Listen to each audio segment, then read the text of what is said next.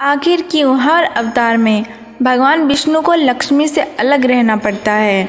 जैसा कि आप सभी को पता है, राधा हो या कृष्ण, सीता हो या राम, भगवान के हर अवतार में वो माता लक्ष्मी से अलग रहते हैं। आखिर क्या है इसके पीछे का वजह। स्वागत है दोस्तों आपका हमारे YouTube चैनल में। आज की इस वीडियो में हम इसी विषय पर चर्चा करेंगे। अगर अभी तक आपने हमारे YouTube चैनल को सब्सक्राइब नहीं किया है तो प्लीज़ हमारे YouTube चैनल को सब्सक्राइब करें और पास में ही पड़े बेल आइकन को भी प्रेस करें। तो चलिए शुरू करते हैं। कथा।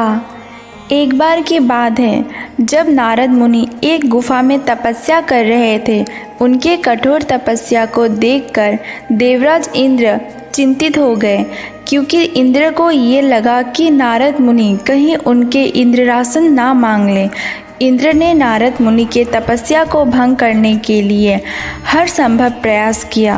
इंद्र ने सभी देवी देवताओं को नारद जी के तपस्या को भंग करने के लिए भेजा, लेकिन नारद जी के कठोर तपस्या के सामने सब असफल हुए।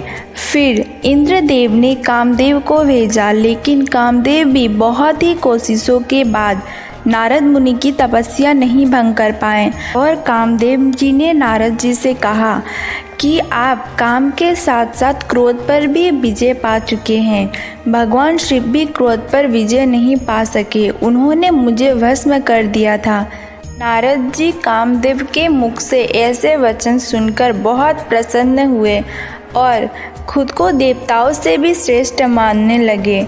मतलब कामदेव की बातों से नारद जी के अंदर अहंकार आ गया था। फिर कामदेव ने वहां से प्रस्थान कर लिया और ये कहानी जाकर भगवान शिव और भगवान विष्णु को सुनाई। और शिव और विष्णु ये समझ गए कि नारद मुनि के अंदर अहंकार आ चुका है।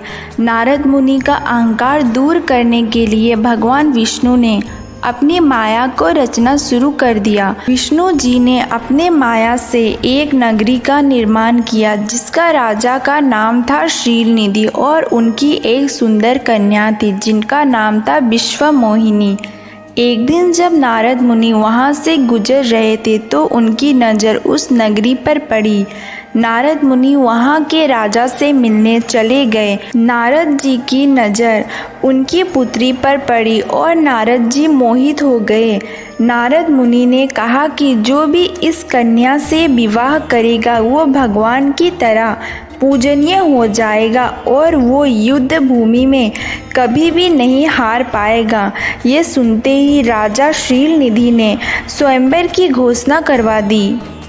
उसके बाद नारद मुनि भगवान विष्णु के पास गए और कहा, उनका ऐसा रूप बना दो कि स्वयंवर में राजकुमारी उनको देखते ही वर के रूप में चुन ले। उस वक्त विष्णु जी ने नारद जी का खुद को सबसे श्रेष्ठ समझने का अहंकार को मिटाने के लिए नारद जी का मुंह बंदर के जैसा बना दिया।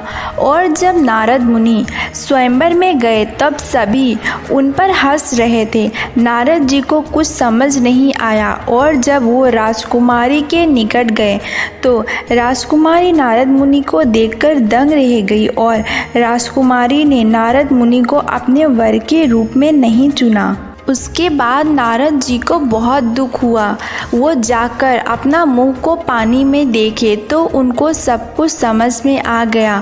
वो समझ गए कि ये खेल भगवान विष्णु ने रचाई है। तब नारद जी ने भगवान विष्णु को ये श्राप दिया कि जिस तरह आज मैं स्त्री वियोग में दुखी हूँ, उसी प्रकार आप भी पृथ्वी लोक पर स्त्री वियोग में दुखी रहोगे और भटकोगे, और जो रूप आपने मुझे प्रदान किया है उसी बानर प्रजाति का सहायता आपको लेनी पड़ेगी। अगर आपको हमारा आज का ये कथा पसंद आया हो तो हमारे वीडियो को लाइक करें, हमारे चैनल को सब्सक्राइब करें और कमेंट करके बताएं आपको कैसा लगा।